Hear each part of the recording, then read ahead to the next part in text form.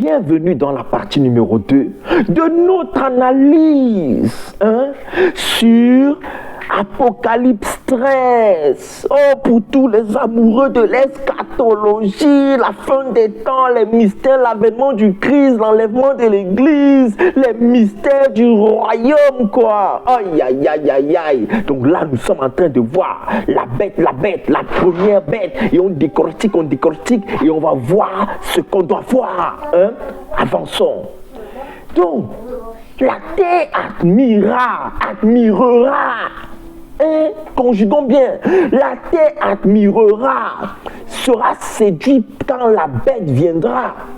Il ne vient pas pour conquérir petit pays, petit village, petit quartier. Non, lui c'est la terre, le globe là. Ou même les gens qui disent tous les plats là, tous les platistes, les globistes, il viendra en tout cas pour conquérir tous les hommes qui vivent sur terre. Voilà son but. Il va faire fléchir le cœur des gens sur terre. Tu vois? Donc il n'y aura plus question de religion ici. Il n'y aura plus question de oui, nous c'est ci, nous c'est ça. Non, non, ils vont œuvrer pour qu'il y ait un culte, un seul mouvement, une seule idéologie, une seule adoration, une seule divinité, un seul pouvoir, une seule autorité, un seul trône qui sera adoré, un seul autel. Voilà leur mission qui est là. Ben oui. Donc, voilà ce qui attend les hommes et les femmes de la terre. Il n'y aura plus, ils ne voudront plus qu'il y ait croyances diverses. Non, ils vont travailler pour qu'il y ait un seul truc qui combattra un seul vrai truc. Tu vois? Oh, mince alors, ça c'est terrible ça. Aïe, Seigneur. Avançons. Et ils adorèrent le dragon.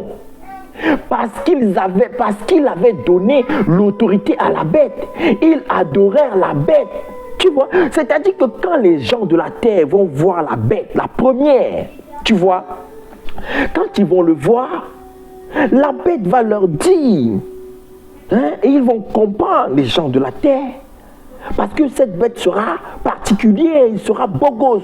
Il viendra comme un ange de lumière, comme un Christ, comme un sauveur, comme un Messie, comme quelqu'un qui résolvera des solutions. Bref, il sort de la mer, c'est un esprit des eaux, façon, tu vois un peu, il sera beau. Il aura une beauté démoniaque. Et les gens vont être conquis. Les hommes, les femmes vont être conquis, les enfants vont être ébahis. Il aura une puissance, les gens vont croire que mais c'est pas un homme comme nous, il vient, c'est un spiritus, c'est un être spirituellement spirituel, il vient c'est un être céleste. Les gens vont être trompés comme ça. Tu vois un peu? Les gens vont être trompés comme ça. Et ils adorèrent la bête. La bête va leur dire que sa beauté, son pouvoir vient du dragon. Et les gens de la terre vont commencer à adorer le dragon. La bête ne va pas cacher ça. Il ne va pas, c'est-à-dire tromper les gens sur d'où vient son autorité, sa pouvoir, son trône. Non, il va leur dire. Mais comme les hommes de la terre, les hommes de la terre auront rejeté le vrai Dieu, donc ils n'auront jamais compris à discerner le vrai, la vérité. Donc quand celui-là va venir comme un Dieu, parce que c'est de ça dont il s'agit, les gens vont voir ils auront les étoiles plein les yeux. Tu vois, il va leur en mettre plein la vue. Et de ce fait-là, ça va être terrible. Tu vois. Donc, les gens vont être des adorateurs. Même toi qui dis que tu n'es pas croyant, tu sois devenir, coûte que coûte, adorateur de la bête et du dragon qui a donné le pouvoir, l'autorité, le trône à la bête. Donc toi-même tu vas être enrôlé, que tu le veuilles ou pas. Mais tu vas comprendre quelque chose plus loin. Tu vois? Avançons. Les gens vont dire, ils adorèrent la bête. Donc c'est toi et les hommes. En disant, qui est semblable à la bête? Parce que les hommes n'auront jamais vu quelque chose de semblable, un être comme ça. Il sera waouh. Mais le waouh des ténèbres qui trompent les gens. Les hommes de la terre, les femmes de la terre, les enfants de la terre, le peuple de la terre va dire, mais qui est semblable à la bête, quoi. On n'a jamais vu quelqu'un qui marche comme ça, qui fait les choses comme ça. Il est extraordinairement extraordinaire. Et qui peut combattre contre la bête? Les gens vont tellement le voir puissant, faire des choses incroyablissimes, qu'ils vont se dire, mais personne ne peut l'atteindre. C'est un Dieu.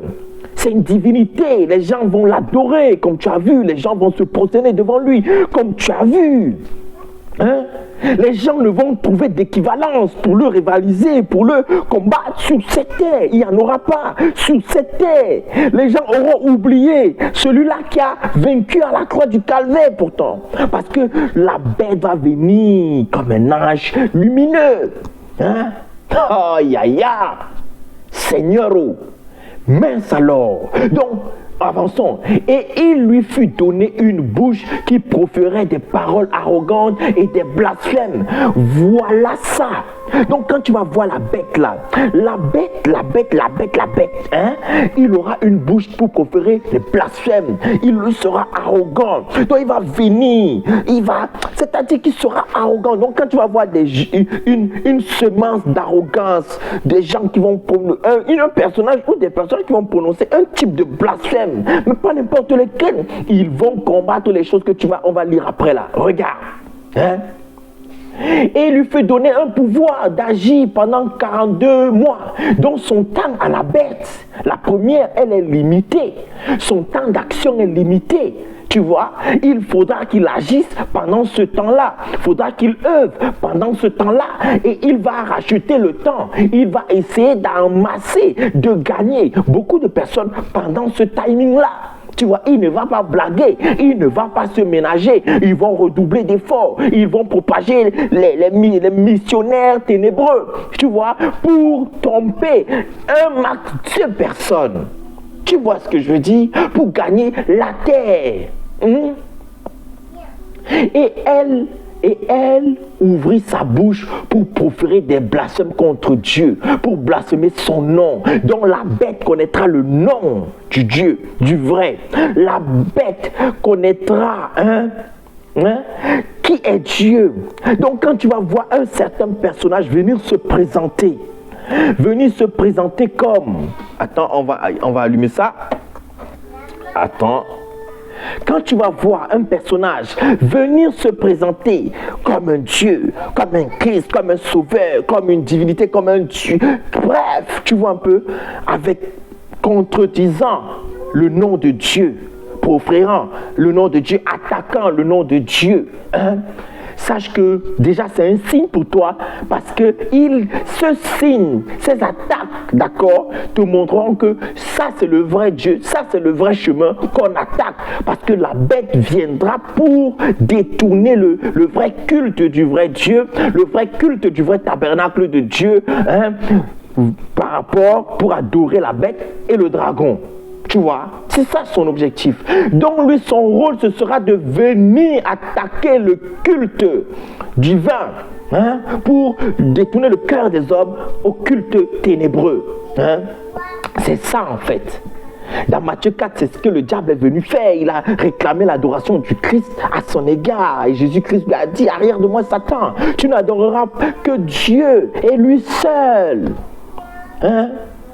Eh bien oui, Dieu dit, il ne partage pas sa gloire avec quelqu'un. Il ne partage pas. Tu n'adoreras pas d'autres dieux devant ma face, dit le Seigneur. Mais le diable veut qu'on l'adore. Et comme il sait que toi et moi, s'il vient avec cornes, nous n'allons pas l'adorer. Nous allons fuir, prendre la poutre d'escampette.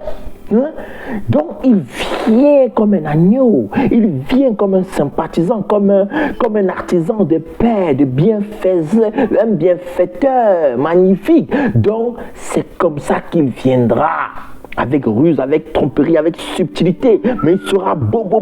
Il ne sera pas comme on nous le présente dans les films ou les films de fiction ou les films d'horreur. Non, ça fait peur. Mais il viendra comme les beaux trucs, tu vois, comme un beau cadeau, comme quelqu'un de waouh. Nous avançons dans la partie numéro 3. Que le Seigneur te bénisse.